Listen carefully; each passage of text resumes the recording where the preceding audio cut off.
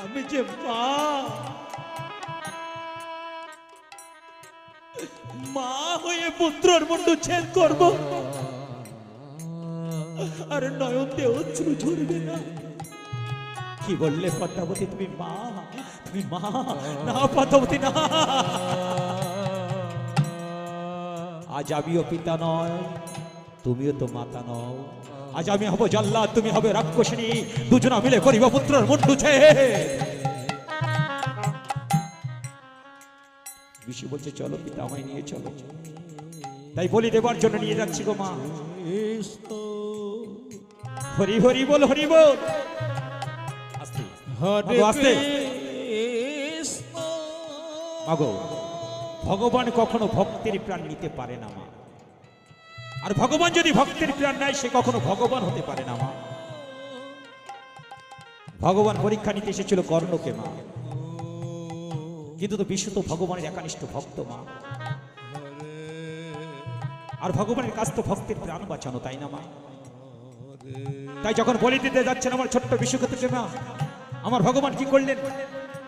ছোট্ট বিশ্বক্ষেত্র দেহ থেকে তার অন্তরাত্মাটা বাহির করে দিলেন, আর তার দেহে প্রবেশ করলেন আমার অনাদিরাদি ভয়ঙ্কর ভগবান স্বয়ং নিজে। এটাই ভগবানের লীলা খেলা মা। জয় জয় নিতাই গৌর, হরি বল, হরি বল।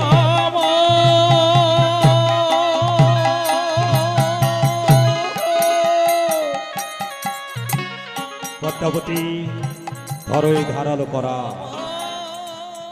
দুজনা মিলে করিব আজ পুত্রের মুন্ডু ছেদ। তোমার নয়ন দিয়ে যেন ফোঁটা অশ্রু না যাবে। উলুধ্বনি মায়ের উলুধ্বনি। হা কৃষ্ণ করুণা সিন্ধু দীনবন্ধু জগৎপতে গোপেশ গোপিকাকান্ত রাধাকান্ত নমস্তুতে। হা কৃষ্ণ করুণা সিন্ধু দীনবন্ধু জগৎপতে।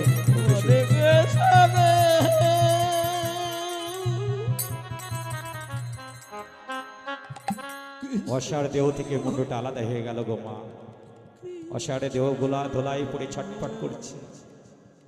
কর্ণ বক্ষ মাঝে তুলে কেঁদে কেঁদে বলছে, বিশু বিশু আমায় ডাক না বাবা, আমায় আগের মতো পিতা পিতা বলে একটিবার ডাক বাবা।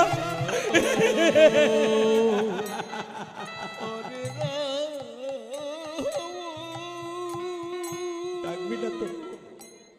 কি করে ডাকবি? কি করে ডাকবি আমায়? আমি যে হস্ত দিয়ে তোর প্রাণটা নিয়ে নিয়েছি পদ্মাবতী। আমি আমার বিশুদ্ধ দেহটা রন্ধনশালায় নিয়ে যাচ্ছি, তুমি তাড়াতাড়ি